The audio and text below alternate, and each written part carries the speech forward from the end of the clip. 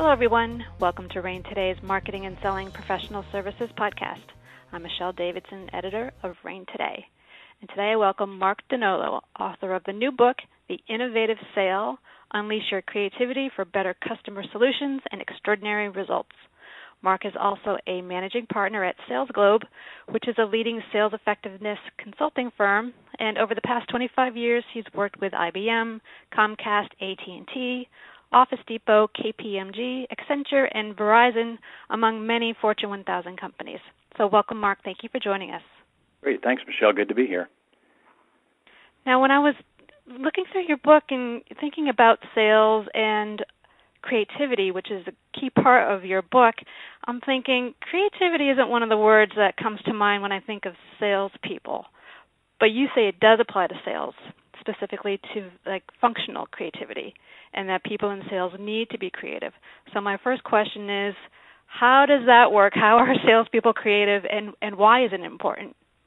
You know, it is a kind of a funny combination when you put them together, and we haven't heard a lot about sales creativity or sales innovation, but when we ask the question of people, and we've done some research recently where we ask the question, how important is it to be creative in sales?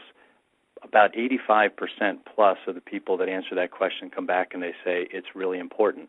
But we know that the majority of people also just move through the sales process, and they move through by rote or by kind of their left brain rules.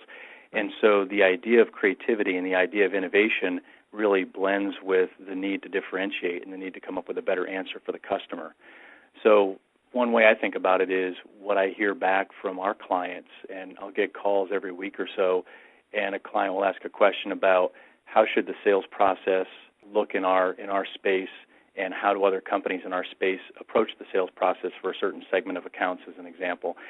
And they don't want to know how other companies approach the sales process. What they want to know is, what should I do? So there tends to be this pattern of replication. So what we tend to do is we find how others are doing it, or maybe we think about how somebody did it before at a prior company on our team, and we tend to replicate, we tend to repeat.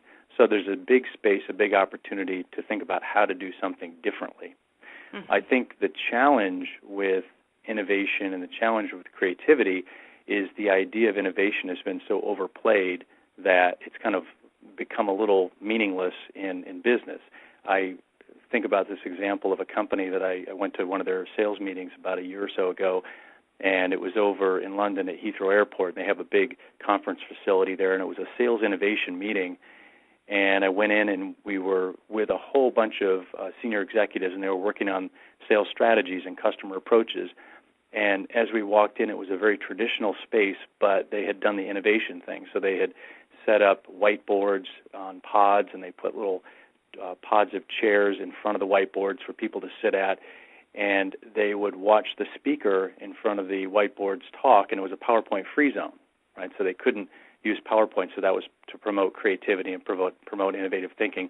But behind the speakers, they talked, they had one of these sketch noters. There was an artist basically drawing as the speaker was talking, so they were illustrating what the speaker was saying, and the speaker would kind of look over his shoulder as he was talking and wonder what was going on. So it was an innovative environment, and in the center of the room they had beanbag chairs, and they had oversized books and puzzles, and the idea was after the executives got done with these sessions, they would go off to the beanbag chairs and hang out and have innovative conversations. Well, what happened was they were all heading to the coffee stations at the breaks. They were going to a place that was familiar. Right. They were trying to find conference rooms, and they were trying to do what was familiar to them. So we had kind of a veneer of innovation. So I think it's important to talk about the difference between that kind of expressive creativity and what as you phrased it, functional creativity. How do you actually put it into application?